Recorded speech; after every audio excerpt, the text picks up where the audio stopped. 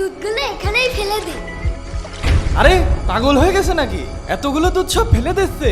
আরে সর্বনাশ! আরে দুধ সব ফেলে দিচ্ছে কে? ঘটনা তো ভাইকে জানাতে হবে।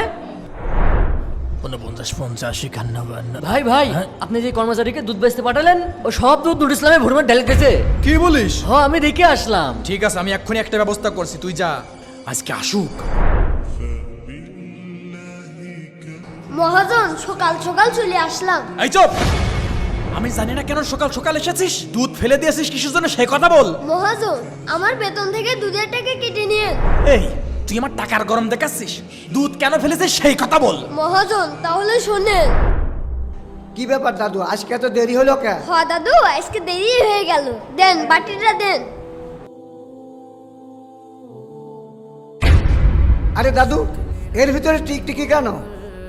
আরে তাই তো দাদু, তাহলে এই দুধ তো আর খাওয়া যাবে না। অসুবিধা নেই, আমি এই দুধটুকু ফেলে দিচ্ছি।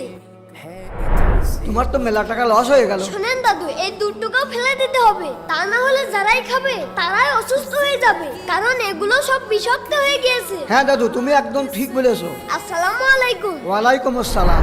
এই, টিকটিকি একটা পড়েছিল, টুক করে ফেলে দিলে কেউ দেখছিল নাকি? হ্যাঁ, মহাজন, একটা টিকটিকে পড়ে সম্পূর্ণ দুধ বিষাক্ত হয়ে গিয়েছিল। যারা এই দুধ খেত তারাই অসুস্থ হয়ে পড়তো। আর মনে রাখবেন, কেউ না দেখলেও আল্লাহ সবকিছু দেখছেন। বন্ধুরা, এই ভিডিওটিতে 10,000 লাইক চাই, তাড়াতাড়ি লাইক করুন।